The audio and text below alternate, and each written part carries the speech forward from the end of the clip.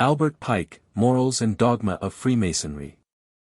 Chapter 8, Intendant of the Building. In this degree you have been taught the important lesson, that none are entitled to advance in the ancient and accepted Scottish Rite, who have not by study and application made themselves familiar with Masonic learning and jurisprudence. The degrees of this rite are not for those who are content with the mere work and ceremonies, and do not seek to explore the mines of wisdom that lie buried beneath the surface. You still advance toward the light, toward that star, blazing in the distance, which is an emblem of the divine truth, given by God to the first men, and preserved amid all the vicissitudes of ages in the traditions and teachings of Masonry. How far you will advance, depends upon yourself alone. Here, as everywhere in the world, darkness struggles with light, and clouds and shadows intervene between you and the truth. When you shall have become imbued with the morality of Masonry, with which you yet are, and for some time will be exclusively occupied, when you shall have learned to practice all the virtues which it inculcates, when they become familiar to you as your household gods, then will you be prepared to receive its lofty philosophical instruction, and to scale the heights upon whose summit light and truth sit enthroned. Step by step men must advance toward perfection, and each Masonic degree is meant to be one of those steps. Each is a development of a particular duty, and in the present you are taught charity and benevolence, to be to your brethren an example of virtue, to correct your own faults, and to endeavor to correct those of your brethren. Here, as in all the degrees, you meet with the emblems and the names of deity, the true knowledge of whose character and attributes it has ever been a chief object of Masonry to perpetuate. To appreciate his infinite greatness and goodness, to rely implicitly on his providence, to revere and venerate him as the supreme architect, creator, and legislator of the universe, is the first of Masonic duties. The battery of this degree, and the 5 circuits which you made around the lodge, allude to the 5 points of fellowship, and are intended to recall them vividly to your mind.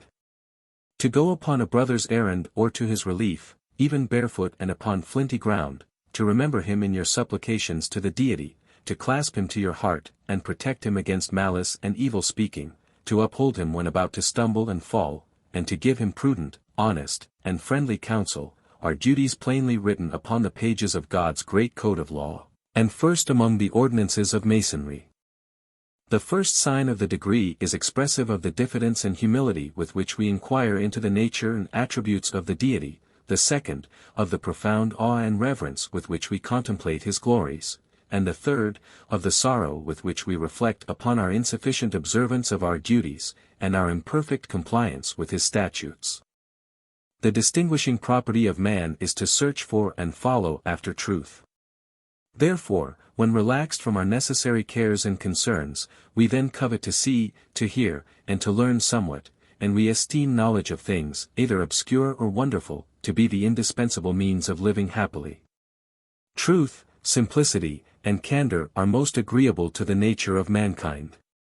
Whatever is virtuous consists either in sagacity, and the perception of truth, or in the preservation of human society, by giving to every man his due, and observing the faith of contracts, or in the greatness and firmness of an elevated and unsubdued mind, or in observing order and regularity in all our words and in all our actions, in which consist moderation and temperance. Masonry has in all times religiously preserved that enlightened faith from which flows sublime devotedness, the sentiment of fraternity fruitful of good works, the spirit of indulgence and peace, of sweet hopes and effectual consolations, and inflexibility in the accomplishment of the most painful and arduous duties. It has always propagated it with ardor and perseverance, and therefore it labors at the present day more zealously than ever. Scarcely a Masonic discourse is pronounced that does not demonstrate the necessity and advantages of this faith, and especially recall the 2 constitutive principles of religion, that make all religion, love of God, and love of neighbor. Masons carry these principles into the bosoms of their families and of society. While the sectarians of former times enfeebled the religious spirit, Masonry, forming one great people over the whole globe, and marching under the great banner of charity and benevolence, preserves that religious feeling, strengthens it, extends it in its purity and simplicity, as it has always existed in the depths of the human heart, as it existed even under the dominion of the most ancient forms of worship, but where gross and debasing superstitions forbade its recognition. A Masonic lodge should resemble a beehive, in which all the members work together with ardor for the common good. Masonry is not made for cold souls and narrow minds, that do not comprehend its lofty mission and sublime apostolate. Here the anathema against lukewarm souls applies. To comfort misfortune, to popularize knowledge, to teach whatever is true and pure in religion and philosophy, to accustom men to respect order and the proprieties of life, to point out the way to genuine happiness, to prepare for that fortunate period, when all the factions of the human family, united by the bonds of toleration and fraternity, shall be but one household. These are labors that may well excite zeal and even enthusiasm. We do not now enlarge upon or elaborate these ideas. We but utter them to you briefly, as hints, upon which you may at your leisure reflect. Hereafter, if you continue to advance, they will be unfolded, explained, and developed. Masonry utters no impracticable and extravagant precepts, certain, because they are so, to be disregarded. It asks of its initiates nothing that it is not possible and even easy for them to perform.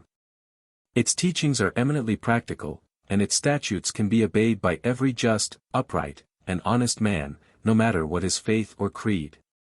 Its object is to attain the greatest practical good, without seeking to make men perfect. It does not meddle with the domain of religion, nor inquire into the mysteries of regeneration. It teaches those truths that are written by the finger of God upon the heart of man, those views of duty which have been wrought out by the meditations of the studious, confirmed by the allegiance of the good and wise, and stamped as sterling by the response they find in every uncorrupted mind. It does not dogmatize, nor vainly imagine dogmatic certainty to be attainable. Masonry does not occupy itself with crying down this world, with its splendid beauty, its thrilling interests, its glorious works, its noble and holy affections, nor exhort us to detach our hearts from this earthly life, as empty, fleeting, and unworthy, and fix them upon heaven, as the only sphere deserving the love of the loving or the meditation of the wise.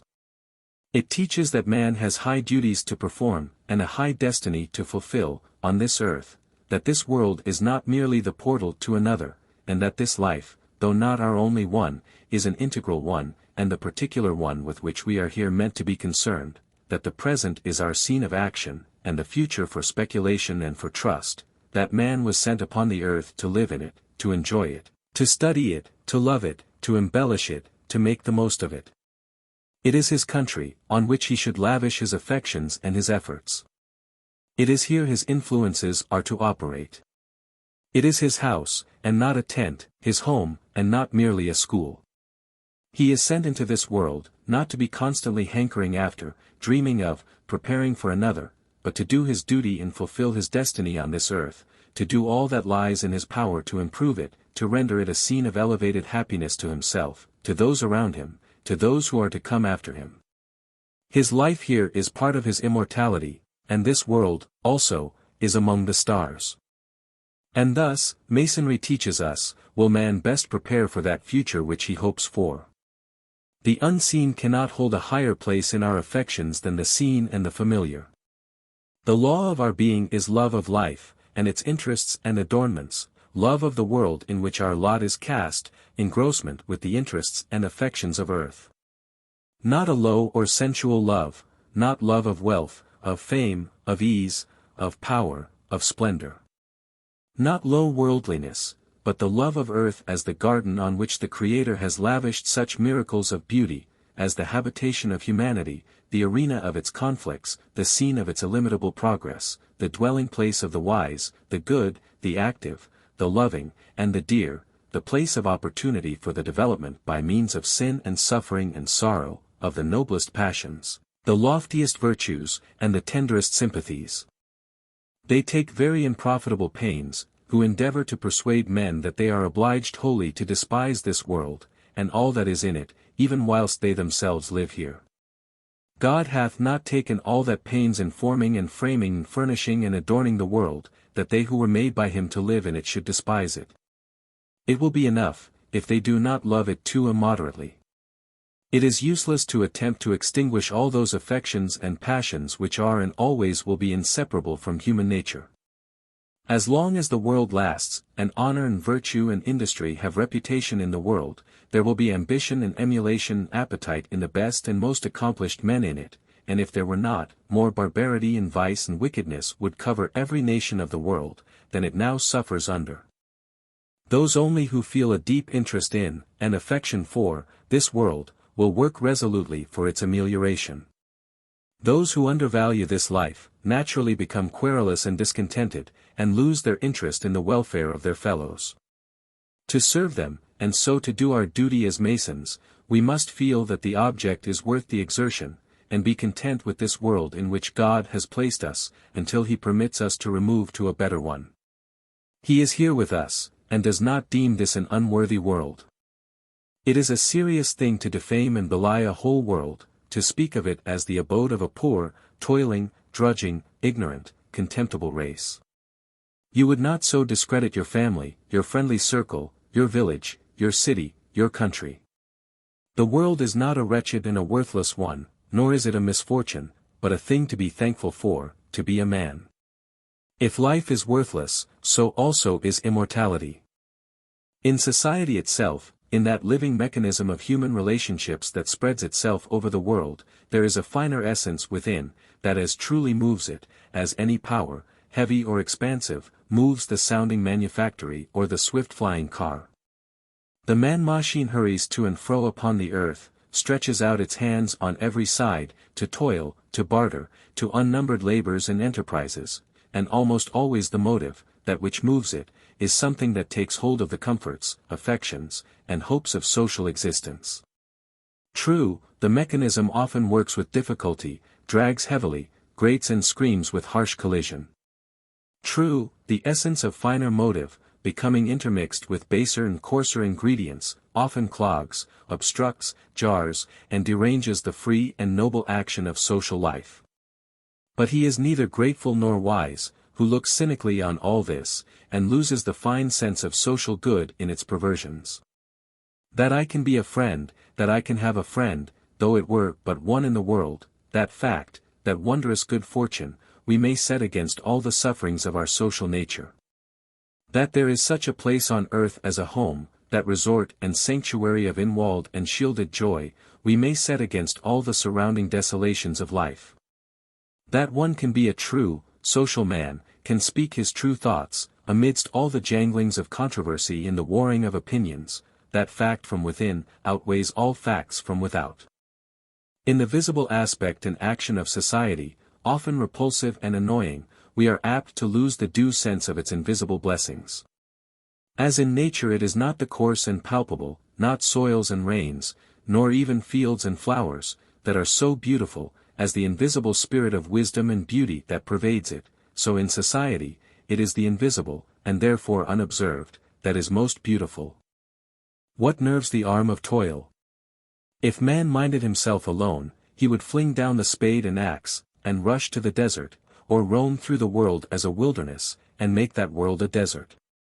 His home, which he sees not, perhaps, but once or twice in a day, is the invisible bond of the world.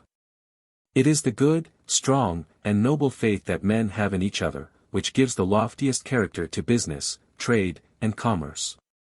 Fraud occurs in the rush of business, but it is the exception. Honesty is the rule, and all the frauds in the world cannot tear the great bond of human confidence. If they could, commerce would furl its sails on every sea, and all the cities of the world would crumble into ruins.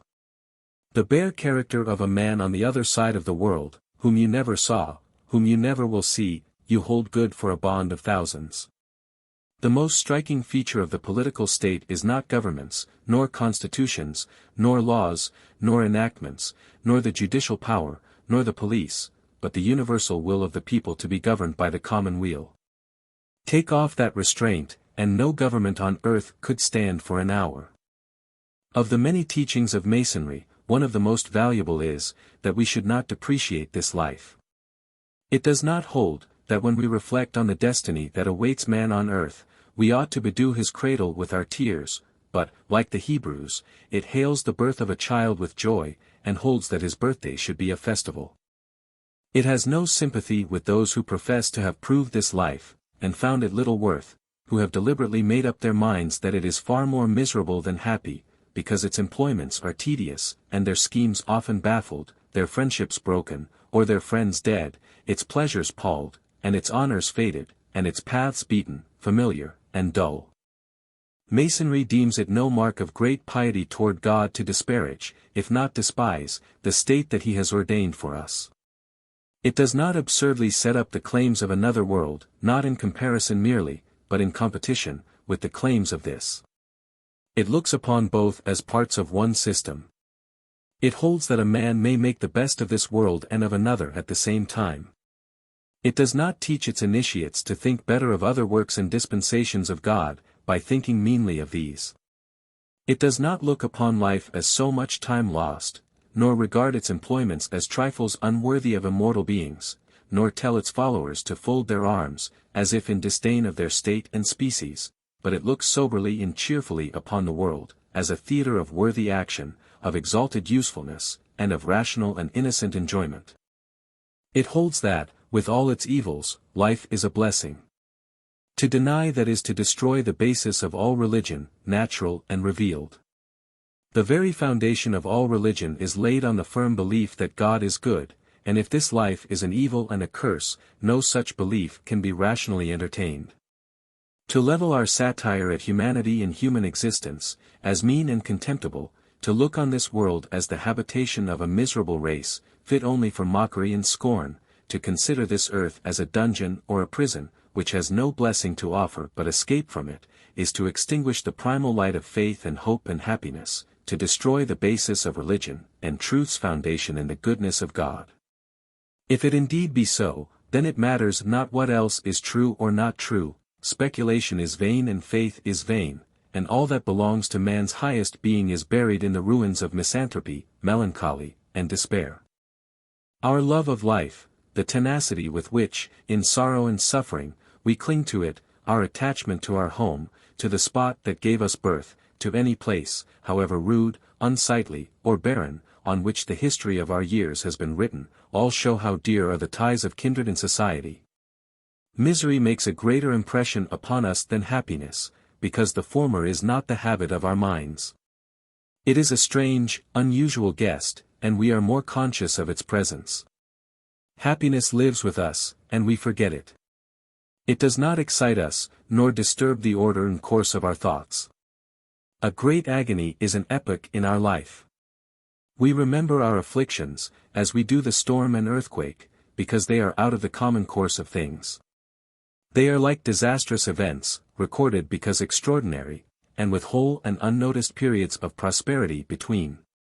We mark and signalize the times of calamity, but many happy days and unnoted periods of enjoyment pass, that are unrecorded either in the book of memory, or in the scanty annals of our thanksgiving. We are little disposed and less able to call up from the dim remembrances of our past years, the peaceful moments, the easy sensations, the bright thoughts, the quiet reveries, the throngs of kind affections in which life flowed on, bearing us almost unconsciously upon its bosom, because it bore us calmly and gently. Life is not only good, but it has been glorious in the experience of millions. The glory of all human virtue clothes it. The splendors of devotedness, beneficence, and heroism are upon it, the crown of 1,000 martyrdoms is upon its brow. The brightness of the soul shines through this visible and sometimes darkened life, through all its surrounding cares and labors. The humblest life may feel its connection with its infinite source. There is something mighty in the frail inner man, something of immortality in this momentary and transient being. The mind stretches away, on every side, into infinity.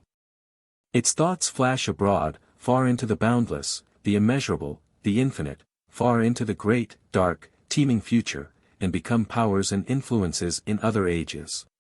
To know its wonderful author, to bring down wisdom from the eternal stars, to bear upward its homage, gratitude, and love, to the ruler of all worlds, to be immortal in our influences projected far into the slow approaching future, makes life most worthy and most glorious. Life is the wonderful creation of God. It is light, sprung from void darkness, power, waked from inertness and impotence, being created from nothing, and the contrast may well enkindle wonder and delight. It is a rill from the infinite, overflowing goodness, and from the moment when it first gushes up into the light, to that when it mingles with the ocean of eternity, that goodness attends it and ministers to it. It is a great and glorious gift. There is gladness in its infant voices, joy in the buoyant step of its youth, deep satisfaction in its strong maturity, and peace in its quiet age. There is good for the good, virtue for the faithful, and victory for the valiant. There is, even in this humble life, an infinity for those whose desires are boundless. There are blessings upon its birth, there is hope in its death, and eternity in its prospect. Thus earth, which binds many in chains, is to the Mason both the starting place and goal of immortality. Many it buries in the rubbish of dull cares and wearying vanities, but to the Mason it is the lofty mount of meditation, where heaven, and infinity and eternity are spread before him and around him. To the lofty-minded, the pure, and the virtuous, this life is the beginning of heaven, and a part of immortality. God hath appointed one remedy for all the evils in the world, and that is a contented spirit. We may be reconciled to poverty and a low fortune, if we suffer contentedness and equanimity to make the proportions. No man is poor who doth not think himself so, but if, in a full fortune, with impatience he desires more, he proclaims his wants and his beggarly condition. This virtue of contentedness was the sum of all the old moral philosophy, and is of most universal use in the whole course of our lives, and the only instrument to ease the burdens of the world and the enmities of sad chances. It is the great reasonableness of complying with the divine providence, which governs all the world, and hath so ordered us in the administration of his great family. It is fit that God should dispense his gifts as he pleases, and if we murmur here, we may, at the next melancholy, be troubled that he did not make us to be angels or stars.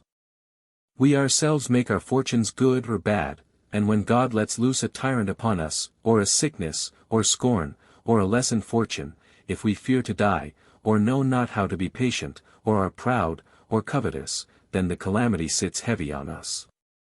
But if we know how to manage a noble principle, and fear not death so much as a dishonest action, and think impatience a worse evil than a fever, and pride to be the greatest disgrace as well as the greatest folly, and poverty far preferable to the torments of avarice, we may still bear an even mind and smile at the reverses of fortune and the ill nature of fate. If thou hast lost thy land, do not also lose thy constancy, and if thou must die sooner than others, or than thou didst expect, yet do not die impatiently.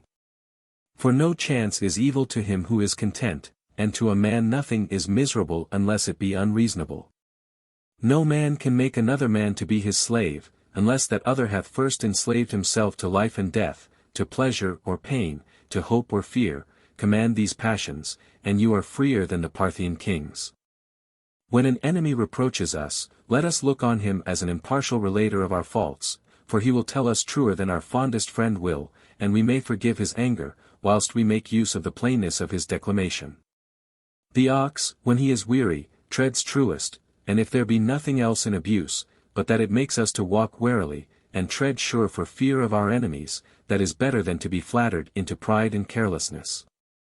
If thou fallest from thy employment in public, take sanctuary in an honest retirement, being indifferent to thy gain abroad, or thy safety at home. When the north wind blows hard, and it rains sadly, we do not sit down in it and cry, but defend ourselves against it with a warm garment, or a good fire and a dry roof. So when the storm of a sad mischance beats upon our spirits, we may turn it into something that is good, if we resolve to make it so, and with equanimity and patience may shelter ourselves from its inclement pitiless pelting. If it develop our patience, and give occasion for heroic endurance, it hath done us good enough to recompense us sufficiently for all the temporal affliction, for so a wise man shall overrule his stars, and have a greater influence upon his own content, than all the constellations and planets of the firmament. Compare not thy condition with the few above thee, but to secure thy content, look upon those thousands with whom thou wouldst not, for any interest, change thy fortune and condition. A soldier must not think himself unprosperous, if he be not successful as Alexander or Wellington, nor any man deem himself unfortunate that he hath not the wealth of Rothschild, but rather let the former rejoice that he is not lessened like the many generals who went down horse and man before Napoleon, and the latter that he is not the beggar who, bareheaded in the bleak winter wind, holds out his tattered hat for charity. There may be many who are richer and more fortunate, but many thousands who are very miserable, compared to thee. After the worst assaults of fortune, there will be something left to us, a merry countenance, a cheerful spirit, and a good conscience, the providence of God, our hopes of heaven, our charity for those who have injured us, perhaps a loving wife, and many friends to pity, and some to relieve us, and light and air, and all the beauties of nature. We can read, discourse, and meditate, and having still these blessings, we should be much in love with sorrow and peevishness to lose them all, and prefer to sit down on our little handful of thorns. Enjoy the blessings of this day, if God sends them, and the evils of it bear patiently and calmly, for this day only is ours. We are dead to yesterday, and we are not yet born to the morrow. When our fortunes are violently changed, our spirits are unchanged, if they always stood in the suburbs in expectation of sorrows and reverses. The blessings of immunity, safeguard, liberty, and integrity deserve the thanksgiving of a whole life. We are quit from 1,000 calamities, every one of which, if it were upon us, would make us insensible of our present sorrow, and glad to receive it in exchange for that other greater affliction. Measure your desires by your fortune and condition, not your fortunes by your desires. Be governed by your needs, not by your fancy, by nature, not by evil customs and ambitious principles. It is no evil to be poor, but to be vicious and impatient. Is that beast better, that hath 2 or 3 mountains to graze on, than the little bee that feeds on dew or manna, and lives upon what falls every morning from the storehouses of heaven, clouds and providence? There are some instances of fortune and a fair condition that cannot stand with some others, but if you desire this, you must lose that, and unless you be content with one, you lose the comfort of both. If you covet learning, you must have leisure and a retired life. If honors of state and political distinctions, you must be ever abroad in public, and get experience, and do all men's business, and keep all company, and have no leisure at all. If you will be rich, you must be frugal. If you will be popular, you must be bountiful. If a philosopher, you must despise riches. If you would be famous as Epaminondas, accept also his poverty, for it added luster to his person, and envy to his fortune, and his virtue without it could not have been so excellent. If you would have the reputation of a martyr, you must needs accept his persecution. If of a benefactor of the world's injustice, if truly great, you must expect to see the mob prefer lesser men to yourself. God esteems it one of his glories, that he brings good out of evil, and therefore it were but reason we should trust him to govern his own world as he pleases, and that we should patiently wait until the change cometh, or the reason is discovered. A Mason's contentedness must by no means be a mere contented selfishness, like his who, comfortable himself, is indifferent to the discomfort of others. There will always be in this world wrongs to forgive, suffering to alleviate, sorrow asking for sympathy, necessities and destitution to relieve, and ample occasion for the exercise of active charity and beneficence. And he who sits unconcerned amidst it all, perhaps enjoying his own comforts and luxuries the more, by contrasting them with the hungry and ragged destitution and shivering misery of his fellows, is not contented, but selfish and unfeeling. It is the saddest of all sights upon this earth, that of a man lazy and luxurious, or hard and penurious, to whom want appeals in vain, and suffering cries in an unknown tongue. The man whose hasty anger hurries him into violence and crime is not half so unworthy to live. He is the faithless steward, that embezzles what God has given him in trust for the impoverished and suffering among his brethren. The true Mason must be and must have a right to be content with himself, and he can be so only when he lives not for himself alone, but for others also, who need his assistance and have a claim upon his sympathy. Charity is the great channel, it has been well said, through which God passes all his mercy upon mankind. For we receive absolution of our sins in proportion to our forgiving our brother. This is the rule of our hopes and the measure of our desire in this world, and on the day of death and judgment, the great sentence upon mankind shall be transacted according to our alms, which is the other part of charity. God himself is love, and every degree of charity that dwells in us is the participation of the divine nature. These principles Masonry reduces to practice. By them it expects you to be hereafter guided and governed. It especially inculcates them upon him who employs the labor of others, forbidding him to discharge them, when to want employment is to starve, or to contract for the labor of man or woman at so low a price that by overexertion they must sell him their blood and life at the same time with the labor of their hands. These degrees are also intended to teach more than morals. The symbols and ceremonies of Masonry have more than one meaning. They rather conceal than disclose the truth. They hint it only, at least, and their varied meanings are only to be discovered by reflection and study. Truth is not only symbolized by light, but as the ray of light is separable into rays of different colors, so is truth separable into kinds. It is the province of Masonry to teach all truths, not moral truth alone, but political and philosophical, and even religious truth, so far as concerns the great and essential principles of each. The SPHNX was a symbol. To whom has it disclosed its inmost meaning? Who knows the symbolic meaning of the pyramids? You will hereafter learn who are the chief foes of human liberty symbolized by the assassins of the Master Kuram, and in their fate you may see foreshadowed that which we earnestly hope will hereafter overtake those enemies of humanity, against whom Masonry has struggled so long.